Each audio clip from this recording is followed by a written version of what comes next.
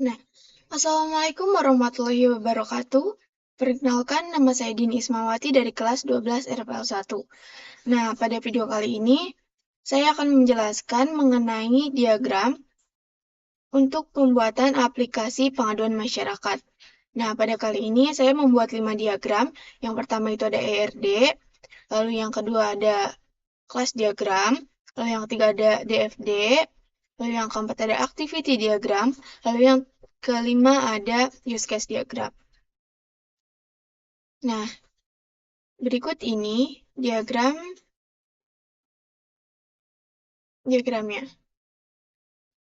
Nah, apa sih yang dinamakan dengan ERD? ERD adalah Entity Relationship Diagram.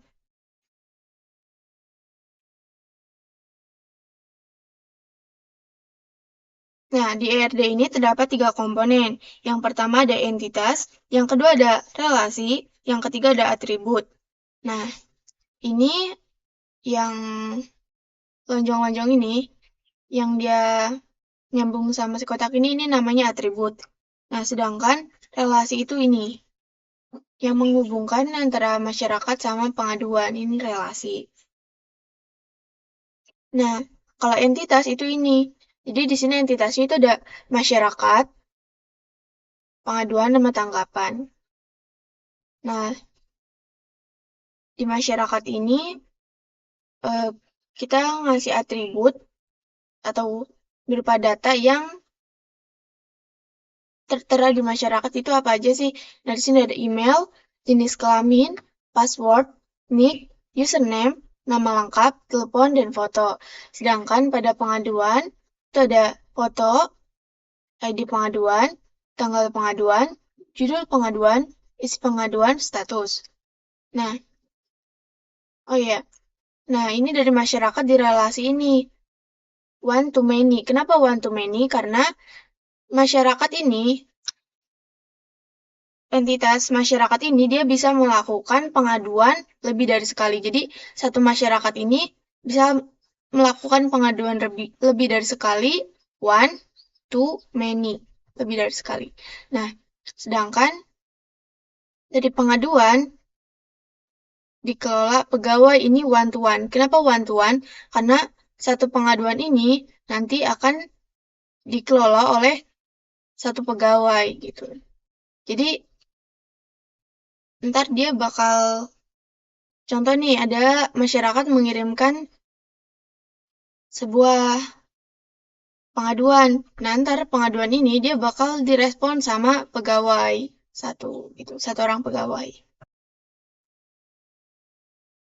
Nah, ini sama aja pegawai dia punya atribut, ini atributnya, nama lengkap, username, password, telepon, level, sama ID pegawai. Kenapa level? Karena di pegawai ini, ntar kita bisa ngasih level untuk admin sama petugas.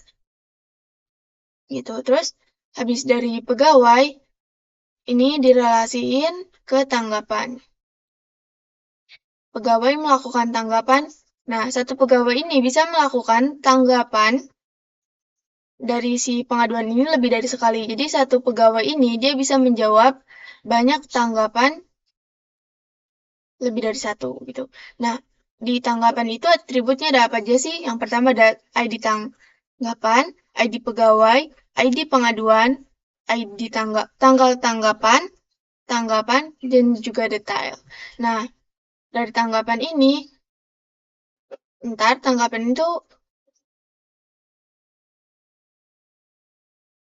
diteruskan ke masyarakat. Jadi, oh iya, pengaduan aku udah dijawab gitu. Ntar kelihatan di sini tanggapannya apa, contoh sedang diproses atau selesai gitu.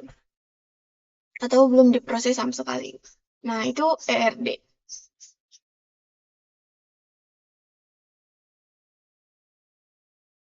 Nah, lalu yang kedua kelas diagram.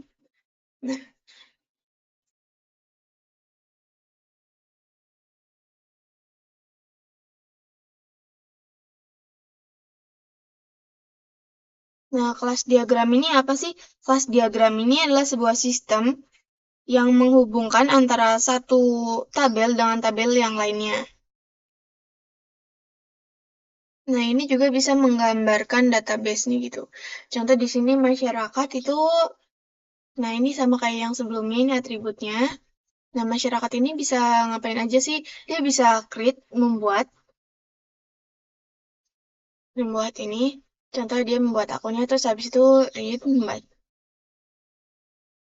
terus habis itu mengupdate data dari data masyarakat milik dia sendiri. Nah, terus habis itu, ini harusnya masyarakat ini sama pengaduan ini dia dihubungkan dengan NIK nih. Jadi ntar kalau masyarakat mengirimkan pengaduan, ntar NIK dia tuh nyambung ke sini. Jadi ini primary key, ini origin key. Tuh, yang NIK. Nah, di pengaduan ini kan one to many nih udah ada keterangannya. One to one dan one to many. Di pengaduan ini bisa di apa aja sih? Jadi di pengaduan ini dia bisa membuat pengaduan, membaca pengaduan, terus mendelete atau menghapus pengaduannya gitu.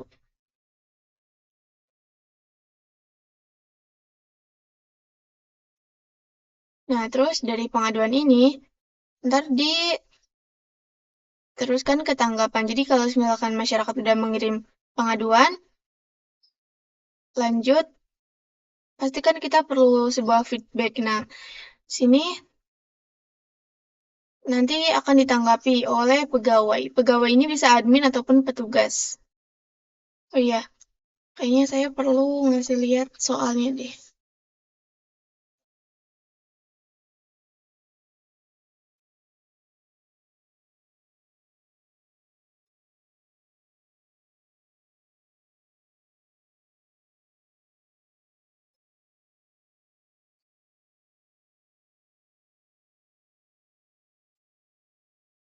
Hmm.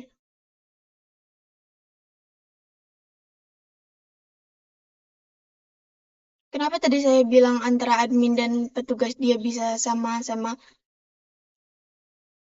memberikan tanggapan? Nah ini, karena di soalnya admin sama petugas itu bisa memberikan tanggapan dan validasi. Lanjut. Nah, sini tanggapan ini nanti kan dijawab oleh pegawai, entah itu admin ataupun petugas.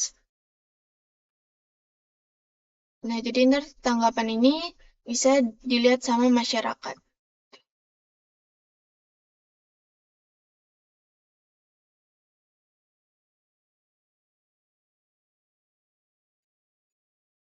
Nah, lanjut kita ke DFD.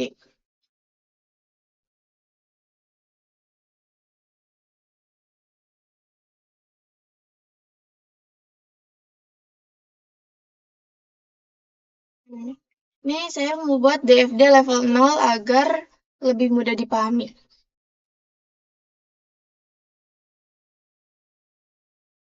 Nah, ini. Jadi di sini admin itu bisa melakukan login, logout, register untuk petugasnya karena di petugas kan nggak mungkin juga kita kasih register ntar malah yang daftar sebagai petugas banyak banget, jadi kita taruh register itu di admin fiturnya. Ada verifikasi validasi, memberi tanggapan, dan juga generate laporan. Nah, ini masyarakat itu bisa login ke pengaduan, terus itu logout, registrasi akun, menulis pengaduan. Nah, terus di sini petugas itu bisa login, logout, verifikasi validasi, dan memberikan tanggapan. Nah, jadi nanti kalau misalkan eh, jadi semisalkan masyarakat nih, dia mengirimkan pengaduan. Nah, pengaduan ini dia tuh bisa diverifikasi, validasi, dan diberikan tanggapan oleh admin ataupun petugas. Nah, nanti sesudah diberi tanggapan oleh admin atau petugas, nanti akan diteruskan ke masyarakat lagi gitu. Nah, sebelum memberikan tanggapan pastinya kan kita perlu verifikasi dan validasi. Ini laporan perlu nggak sih gitu. Nah, Terus kalau verifikasinya ditolak, berarti si masyarakat ini harus menulis pengaduan ulang gitu. Nah, sekarang kita masuk activity diagram. Nah, ini isi dari activity diagram.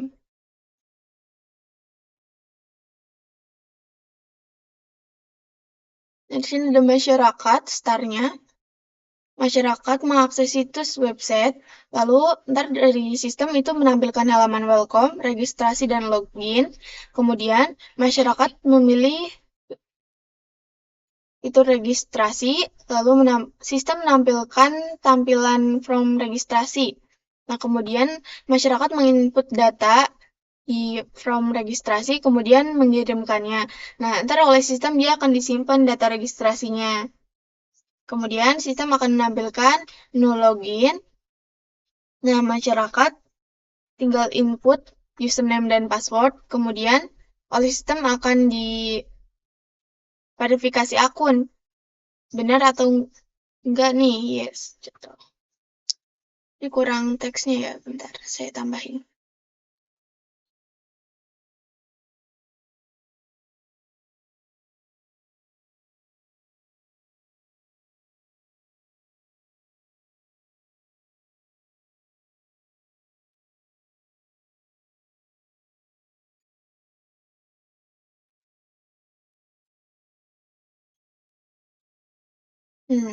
Jadi kalau misalkan no, username atau password salah, nah dia harus mengulang lagi nih ke input username dan password. Terus habis itu verifikasi akun lagi. Nanti kalau misalkan sudah benar, sistem akan menampilkan halaman beranda.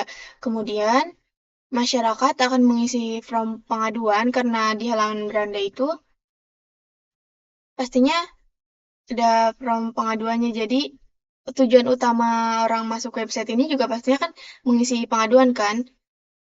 Nah, melakukan pengaduan. Nah, setelah melakukan pengaduan, masyarakat tinggal mengirim pengaduannya, lalu sistem akan menyimpan data pengaduannya. Kemudian, data pengaduan ini dia bisa ditanggapi oleh petugas ataupun admin. Nah, ini ntar dikelola nih, pengaduannya ditolak atau enggak.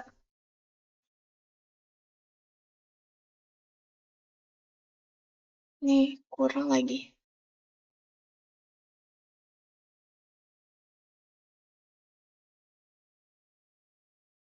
Nah, sini. Nanti kalau misalkan pengaduannya ditolak, kita perlu ulang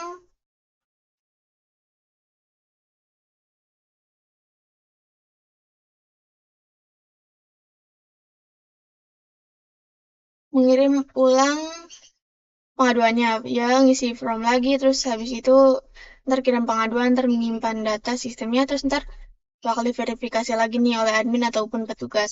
Nah, kalau misalkan diverifikasinya yes, jadi kayak diterima gitu si laporannya, pengaduannya, nanti bakal ditanggapi nih. Kayak sekarang progresnya di mana ntar bakal diupdate sama admin ataupun petugas. Nah, contohnya sekarang lagi diproses. Nah, nanti akan ada keterangannya laporan Anda sedang diproses seperti itu. Nah, jika sudah ditanggapi, nah tanggapan tadi dan laporan tadi akan masuk ke generate laporan. Jadi laporan-laporan yang sudah dibuat itu ntar akan disimpan di satu fitur yang namanya generate laporan. Jadi ntar ada riwayat laporannya, hanya admin yang bisa mengakses ini. Gitu.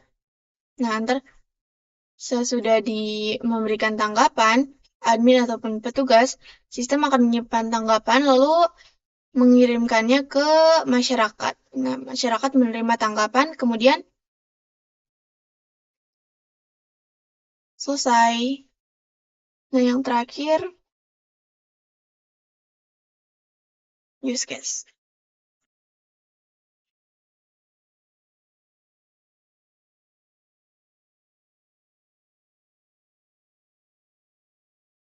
Nah, use case.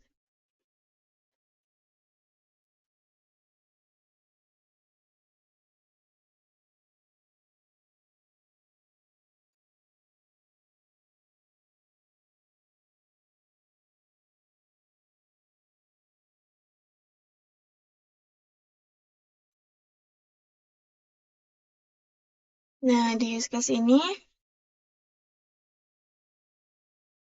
ada admin, petugas, dan masyarakat.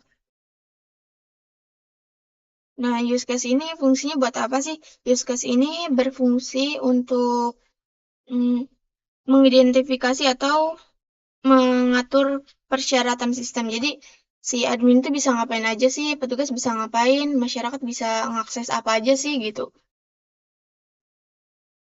Nah, di sini contoh admin dia bisa registrasi, login, verifikasi dan validasi, melihat data pengaduan, melihat data masyarakat, terus habis itu memberikan tanggapan, dan generate laporan juga logout.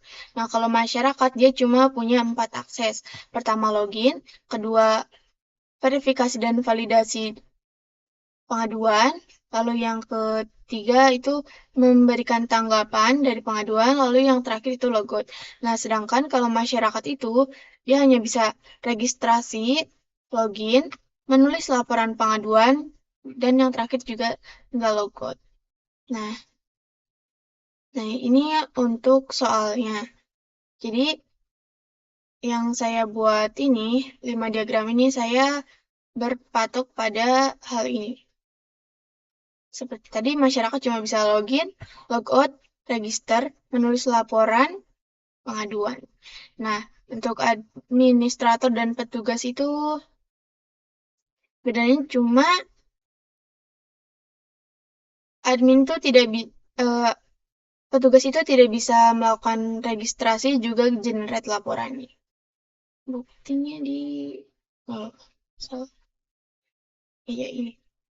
Nah, tadi mana petugas itu tidak bisa registrasi, tuh relasinya nggak ke registrasi, setelah itu tidak bisa generate laporan.